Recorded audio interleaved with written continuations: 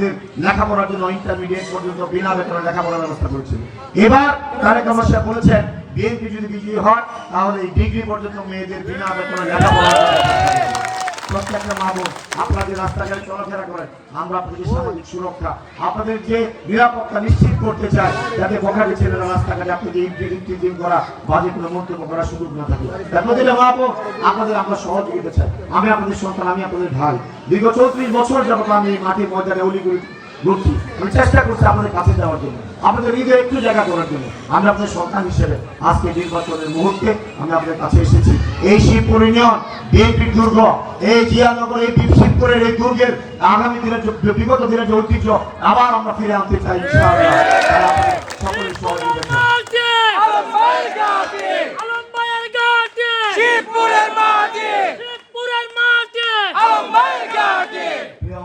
এবং অনেকে আছেন যারা কৃষি কাজ করেন। বাংলাদেশের 68,000 গ্রামের প্রাণীর কৃষক।